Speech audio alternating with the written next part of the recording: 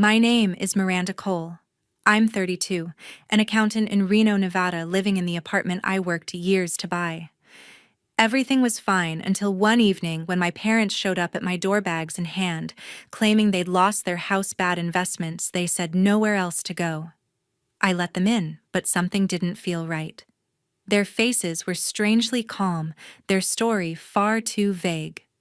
Why were they acting as if nothing serious had happened? The way they moved around my home, the way they looked at me, it all felt unsettling, like a storm was quietly building beneath the surface. And when the truth finally revealed itself, it shattered me. What I uncovered wasn't just about money or a roof over our heads. It was a betrayal so personal, so calculated, that it left me questioning everything I thought I knew about family. If you were in my place, what would you do? Share your thoughts and stay tuned to see how this shocking story unfolds. That night, my parents dragged their suitcases through my apartment door, the wheels scraping against the hardwood. My mom set her bag down and headed straight for the kitchen, pulling out my neatly arranged spices and shoving them into different cabinets. This setup doesn't make sense. Miranda, she said, her voice sharp, like she owned the place. My dad plopped onto the couch, flipped on the TV, and cranked the volume to a sports channel. Just temporary, he muttered, not even looking at me until we get back on our feet. Temporary. Their suitcases were stuffed like they were moving in for good. I stood there, arms crossed, watching them take over my space. It felt wrong, like I was a guest in my own home. I tried asking questions. Mom, what happened with your investments? I said, keeping my tone calm. She waved me off, rearranging my plates now. Oh, it's complicated, sweetheart. Bad deals, you know. Her smile was too tight, her eyes darting away. Dad just grunted, glued to the game. I pressed harder. What kind of deals? Can you show me the paperwork? Mom's hands froze on a stack of bowls. Don't worry about it, she snapped, then softened. You're such a good daughter letting us stay. That didn't answer anything. Dad chimed in, still not looking up. Yeah, Miranda, relax. We'll figure it out. Their dodges made my stomach twist. Why couldn't they give me a straight answer? I retreated to my bedroom, locking the door. Something was off, way off. I grabbed my phone and texted Robert Klein, my college friend who's now a lawyer here in Reno. Hey, can you check something for me? My parents say they lost their house.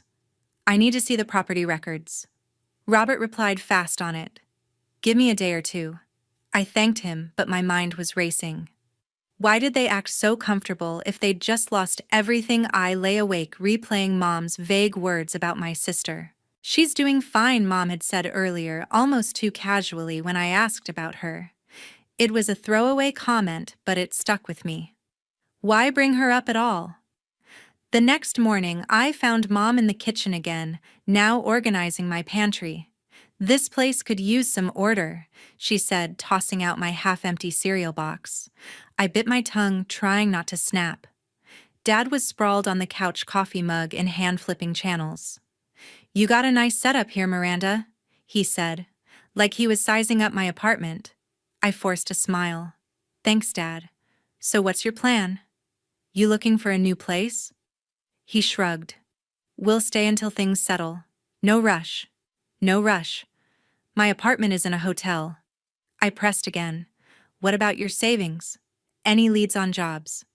Mom cut in from the kitchen. Stop interrogating us, Miranda. We're your parents.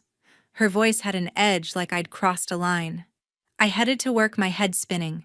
At the office, I kept thinking about Mom's comment about my sister. It was so random, so out of place. I tried calling her, but she didn't pick up. Typical. She's always been the golden child, the one they fawned over while I worked for everything. I pushed the thought aside and focused on my spreadsheets, but it nagged at me. Why mention her now? That evening, back at the apartment, I caught Mom on the phone, her voice low. Yes, she's fine with us staying, she said, then paused. No, don't worry about it. She hung up quick when she saw me. Who was that? I asked. Just a friend, she said, brushing past me to the kitchen. I didn't buy it. I texted Robert again, pushing for answers. Anything on the house yet? He replied. Still digging. Found something weird about a recent sale. I'll call you tomorrow. Weird. That word hit me hard. I sat on my bed staring at the suitcases still cluttering my living room. Mom was humming in the kitchen, moving my stuff around like she'd already claimed it. Dad's laughter echoed from the TV. This wasn't temporary. They were settling in, and I was losing control of my own home. I needed answers fast. The next day, I watched them closer. My mom was in my living room now, moving my bookshelves, stacking my novels like they were hers. This could use a better layout, she said, not even glancing at me. My dad was pacing near the window, muttering about how my balcony needed new railings. We could fix this place up, Miranda. He said, his tone too casual, like he was planning a renovation. I stood by the kitchen counter, gripping my coffee mug. Fix it up for what I asked. Mom ignored me, humming as she shoved my photo frames into a corner. Dad just shrugged. Make it more comfortable, you know. Comfortable for who I tried again? When are you planning to leave? I said, keeping my voice steady. Mom's humming stopped. Don't be so pushy, she snapped, turning back to the shelves. I wasn't letting it go. You said this was temporary. What's your next step? I pressed. Dad looked annoyed, scratching his neck. We're working on it, Miranda. Give us time. Time? They'd been here 2 days, acting like they owned my apartment. Mom started wiping down my coffee table, even though it was spotless. You worry too much, she said, her smile forced. I opened my mouth to argue, but my phone buzzed. It was a text from Linda Marsh, my coworker. Saw your sister on Instagram. She's posting pics of a fancy new house in Reno. What's that about? My heart sank. A new house. I stared at the message, my grip tightening on the phone. Mom's vague comment about my sister yesterday flashed back. This wasn't adding up. I stepped into my bedroom, shutting the door. I opened Instagram and scrolled through my sister's posts. There it was, a shiny new house, modern with a big backyard.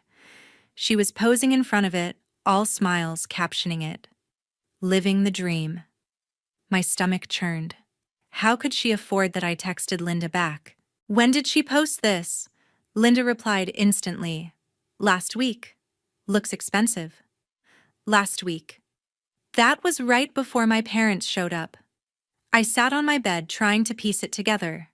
They said they lost everything, but my sister was flaunting a new house. Were they lying to me? I called Robert, my voice low. Hey, any update on those property records? I asked. He sounded focused, still checking Miranda. The county office is slow, but I'm pushing them.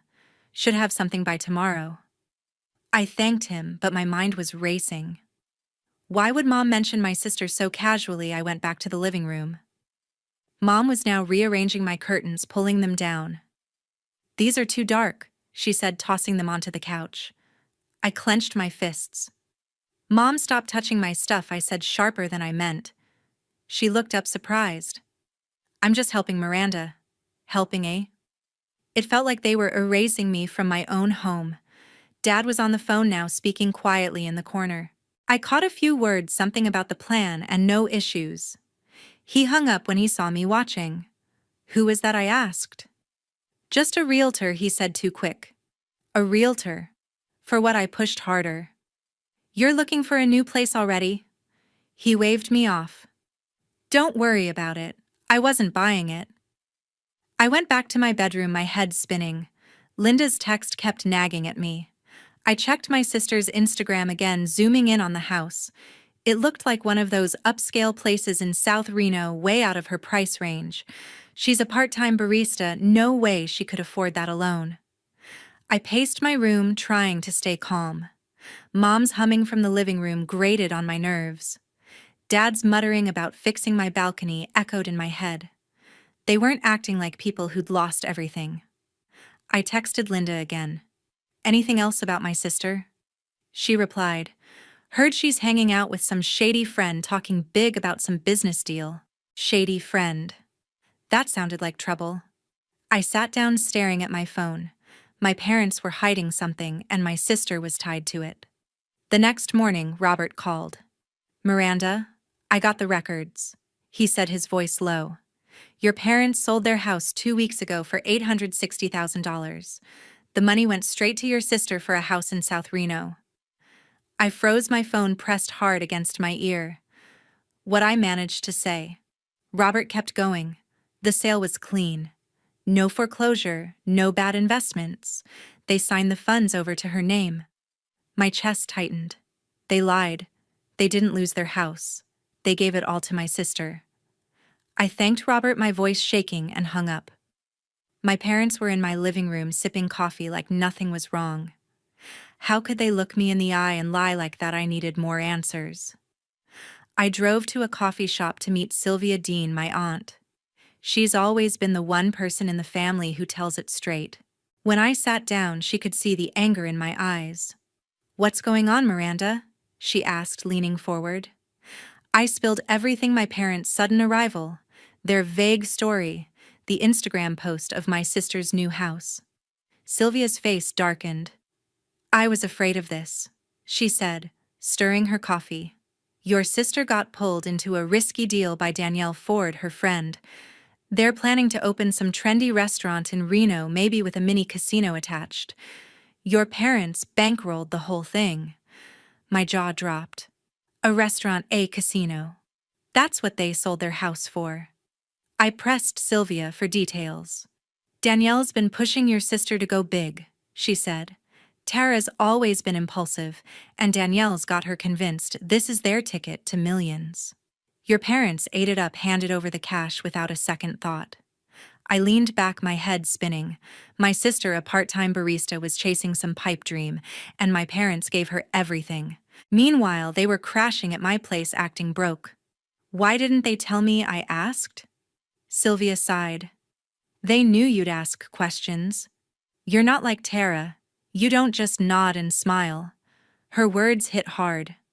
I'd spent years building my life, saving for my apartment, while they poured their money into my sister's fantasy. Back at home, I couldn't look at my parents the same way. My mom was flipping through a magazine on my couch, her feet up like she owned it. My dad was measuring my kitchen counter, muttering about replacing it. "This could use an upgrade," he said, not even noticing me. I clenched my jaw, trying to stay calm. They weren't just staying here. They were settling in, planning to take over my space while my sister lived in a mansion they paid for. The betrayal stung deep. I'd always known they favored her, but this was a new low. I called Robert again, my voice steadier now. "Can you send me the sale documents?" I asked. "I need proof." He agreed, promising to email them by evening. I sat at my desk, staring at my laptop, replaying Sylvia's words. A restaurant, a mini casino. It sounded like a disaster waiting to happen. I knew Tara, she's never managed anything bigger than a coffee shop shift. And Danielle, I'd met her once, all flash and big promises. This was their scheme, and my parents were all in, leaving me to clean up the mess. I opened my sister's Instagram again, scrolling through her posts. Every picture screamed money: new furniture, a sleek kitchen, a pool in the backyard. My parents' money. I felt sick. They'd lied to my face, moved into my home, and thought I'd just let it slide. I wanted to confront them right then, but I needed those documents first. I had to be sure. I paced my bedroom, my anger building. My mom called from the living room. "Miranda, come eat with us." Her voice was cheerful, like we were one happy family. I didn't answer. I couldn't sit across from them pretending everything was fine. Sylvia texted me later. "Be careful, Miranda. Your parents won't take kindly to being called out." I knew she was right. They'd always brushed off my questions, but this time I wasn't backing down. I was done being their doormat. The truth was out, and I was ready to face them. That evening, I couldn't hold back. I marched into the living room where my mom was folding blankets she'd brought, stacking them on my chair. My dad was tinkering with my thermostat, grumbling about the settings. I took a deep breath. "Mom, Dad, we need to talk," I said, my voice firm. Mom looked up, eyebrows raised. "What's this about Miranda?" she asked, folding her arms. I held up my phone, showing the email. "I know you sold your house. $860,000, all to my sister. No bad investments. So why are you here lying to me?" Mom's face tightened, but she forced a laugh. "You're overreacting," she said, turning back to the blankets. "It's not like that." I stepped closer. "Then show me your bank statements. Prove you're broke." Dad stopped messing with the thermostat, his jaw clenching. "Don't talk to your mother like that," he snapped. I didn't back down. "I deserve the truth. You gave my sister a fortune, and now you're taking over my home." Why? Mom's eyes narrowed. "We're your parents, Miranda. You owe us." "Owe them?" My blood boiled. "I owe you nothing," I said, my voice rising. "I worked for this apartment. You chose to give everything to her." "Why lie?" Mom slammed a blanket down. "Stop it, Miranda. You're so selfish," she shouted. I pushed harder. "Selfish? You sold your house, gave her the money, and now you're using me. Show me the proof, or admit you lied." Her face turned red, her hands shaking.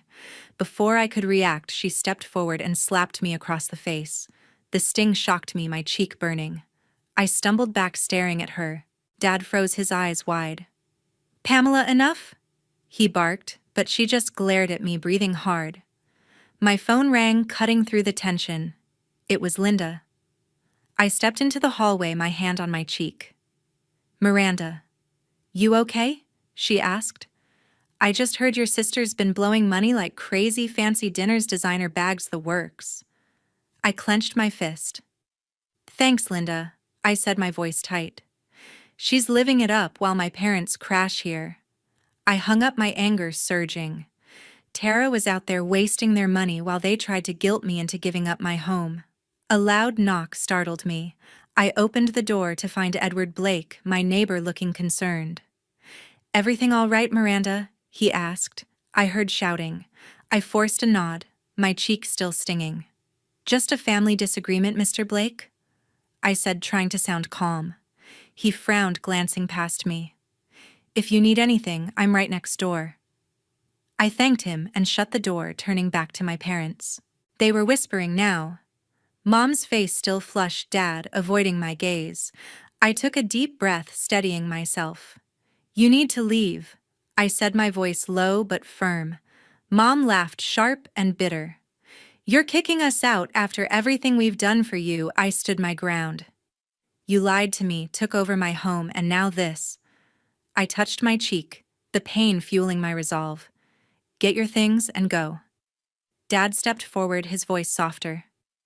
"Miranda, let's talk this out. We're family." I shook my head. "Family doesn't lie like this. You have until tomorrow morning."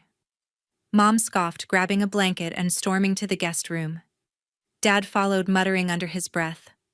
I stood alone in my living room, my heart pounding. Linda's call, Edward's knock, and that slap, they all confirmed it. My parents weren't here to rebuild, they were here to take. I wasn't letting them win. The next morning, I stood firm. My cheek still stung from Mom's slap, but I was done playing nice. I walked into the living room where my parents were eating breakfast at my table, their suitcases still cluttering the corner. I crossed my arms. "You have 30 minutes to pack and leave," I said, my voice steady. Mom's fork froze midair. "What are you talking about, Miranda?" she said, her tone sharp. Dad set his coffee down, his eyes narrowing. "You're serious?" he asked. I nodded. "I know you lied about losing your house. You gave my sister everything and thought you could just take over my place." "Time's up." Mom laughed, but it was nervous, shaky. "You can't do this," she said, pushing her plate away. "We're your parents." I didn't flinch. "This is my home. You have 30 minutes or I'm calling the police." Dad slammed his hand on the table. "You ungrateful child," he shouted. "After all we've done, you'd throw us out." I held his gaze. "You lied to me. You chose her over me. Get out." Mom's face crumpled, but I wasn't buying the act. She stood, grabbing her purse. "You'll regret this, Miranda," she said, her voice trembling. They didn't move. 10 minutes passed, then 15. Mom started packing a bag, but slowly, like she was stalling. Dad just sat there glaring at me. "We're not going anywhere," he said, crossing his arms. "You can't make us." My stomach twisted, but I'd had enough. I picked up my phone and dialed 911. "Hi, I need officers at my apartment," I said, keeping my voice calm. "My parents are refusing to leave my property." Mom's eyes widened. "You're calling the cops on us," she shrieked. I didn't answer, giving the dispatcher my address. 20 minutes later, 2 officers knocked on my door. I let them in. My heart pounding. "Ma'am, can you explain the situation?" one asked, his badge reading Officer Carter. I showed them my lease proving I owned the apartment. "They've been staying here without permission, and I've asked them to leave," I said. Mom interrupted, tears streaming down her face. "She's our daughter. We're just staying temporarily," she sobbed. Dad stood up, pointing at me. "She's heartless, kicking her own parents out," he yelled. Officer Carter raised a hand. "Sir, calm down. If she's the homeowner and wants you gone, you have to leave." The second officer, a woman named Officer Ruiz, checked my documents. "Everything's in order," she said. "You two need to gather your things and go." Mom's sobs grew louder, theatrical. "How could you do this?" "Miranda," she wailed, grabbing a suitcase. "We have nowhere to go." I stayed silent, my jaw tight. Dad's face was red with anger. "You'll pay for this," he muttered, shoving clothes into a bag. I didn't respond. I'd heard enough of their guilt trips. The officers stood by watching as my parents packed. Mom kept crying, tossing random items into her suitcase, my towels, my dishes. "Those aren't yours," I said, stepping forward. Officer Ruiz nodded. "Ma'am, only take what belongs to you," she said firmly. Mom glared at me but put my things back. Dad was quieter now, his anger simmering as he zipped up his bag. "You're no daughter of mine," he said under his breath. The words stung, but I held my ground. They'd crossed a line, and I wasn't letting them manipulate me anymore. It took them 10 more minutes to pack. The officers escorted them to the door. Mom turned back, her face wet with tears.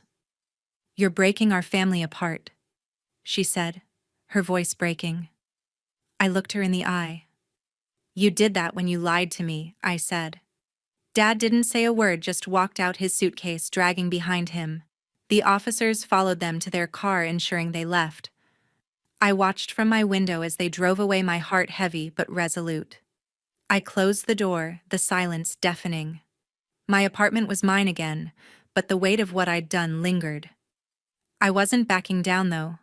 They made their choice, and I made mine. Days later, I heard the fallout. Sylvia called me, her voice heavy. "Your parents showed up at your sister's new house," she said. "It didn't go well." Apparently, my mom and dad had arrived at Tara's doorstep expecting to move in. Tara let them stay, but within 3 days they were at each other's throats. My sister, flush with her fancy new home, didn't want them cramping her style. Sylvia said Tara kicked them out after a screaming match, accusing them of meddling in her life. I wasn't surprised. Tara's always been quick to take, but not to share. I sat at my desk processing it. My parents had burned their bridges with both of us now. Then Sylvia dropped another bomb. "Tara's in trouble," she said. "That restaurant and mini casino project with Danielle. It's collapsing." I leaned forward, gripping my phone. "What happened?" I asked. Sylvia explained that Danielle had mismanaged the funds, blowing most of the $864 on flashy decor and bad contracts. The project never even opened, suppliers backed out, permits fell through. Tara was left with nothing, and the bank was moving to repossess her house. I closed my eyes, the weight of it sinking in. My parents had gambled their entire savings on my sister's reckless dream, and now they were all paying the price. I thought that was the end of it, but I was wrong. A week later, Linda texted me screenshots from a local Reno community group online. My parents were spreading lies, telling anyone who'd listen that I'd abandoned them, thrown them out heartlessly, and left them homeless. Miranda's always been selfish, one post quoted my mom saying. Another had my dad claiming I'd turned my back on family. My stomach churned. They'd lied to me, taken over my home, and now they were dragging my name through the mud. I showed the posts to Robert, who was at my apartment going over some paperwork. "This is defamation," he said, his voice firm. "You can sue them for this." I hesitated. Suing my own parents felt extreme, but their lies were spreading fast. Neighbors I barely knew were giving me cold looks at the grocery store. I called Sylvia, needing her perspective. "They're trying to save face," she said. "They're embarrassed and lashing out. But you can't let them ruin your reputation." Her words hit home. I'd worked too hard to let their rumors define me. "What do?" I asked. Sylvia was blunt. "Fight back. Show them you're not their scapegoat." I nodded, even though she couldn't see me. She was right. I had to protect myself. Robert got to work. He drafted a cease and desist letter demanding my parents retract their statements publicly or face a defamation lawsuit. "We've got the evidence," he said, pointing to the screenshots and my lease, proving I owned my apartment. "They can't argue with this." I signed the letter, my hand steady but my heart racing. Robert sent it to my parents through a process server, ensuring they couldn't ignore it. I waited, unsure how they'd react. Would they double down or back off? A few days later, I got a call from a number I didn't recognize. It was my mom, her voice shaky. "Miranda, why are you doing this?" she asked.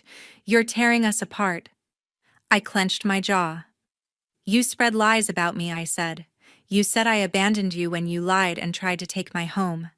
Stop, or I'll see you in court." She went quiet, then hung up. I didn't feel good about it, but I felt strong. Within a week, the posts were gone. My parents issued a public apology on the same community group, admitting they'd misspoken about me. It was short, grudging, but it was enough. Robert checked with his contacts. No new rumors had popped up. Sylvia texted me, "Proud of you, Miranda. You stood your ground." I sat in my apartment now, peaceful again, and let out a long breath. My parents had lost everything: their house, their relationship with Tara, and now their credibility. I hadn't wanted it to end like this, but they'd forced my hand.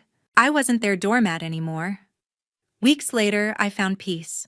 I blocked my mom, my dad, and my sister on every platform: phone, email, social media. Their numbers sat in my blocked contacts, a quiet reminder of the line I'd drawn. My apartment felt like mine again. No suitcases cluttering the corners. No one rearranging my things.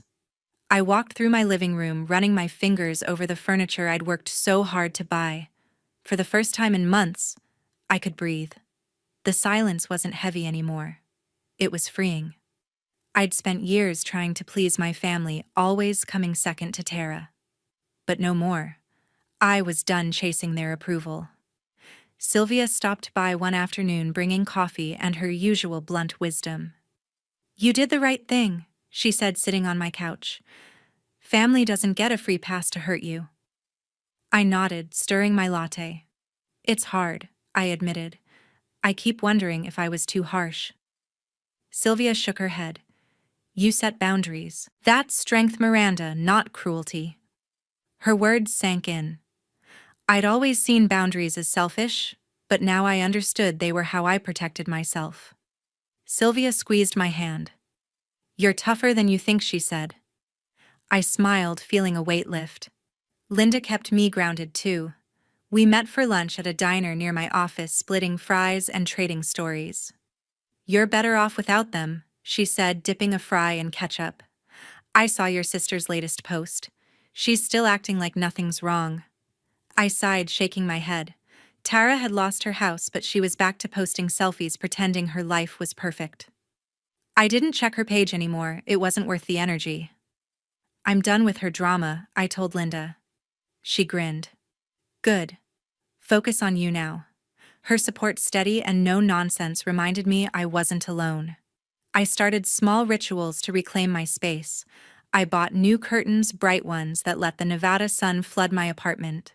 I rearranged my bookshelves, organizing them exactly how I wanted. Every choice, no matter how small, felt like a declaration of my independence. I wasn't just surviving, I was building a life that was mine. At work, I threw myself into my spreadsheets, finding comfort in the numbers. They didn't lie or manipulate, they just were. My boss noticed my focus, even hinting at a promotion. For the first time, I felt like I was moving forward, not just holding on. Sylvia invited me to her place for dinner one evening. Over homemade lasagna, she shared stories of her own fights with family, how she'd learned to stand up for herself decades ago. "You're not defined by them, Miranda," she said, passing me a plate. "You're defined by what you do next." Her words stuck with me. I wasn't the daughter who'd abandoned her family as my parents had claimed. I was the woman who'd fought for her peace, who'd learned her worth. I thanked Sylvia, feeling a warmth I hadn't in a long time. Linda texted me updates about work and life, checking in like a true friend. "You're killing it," she wrote one day with a picture of her dog wearing a tiny hat.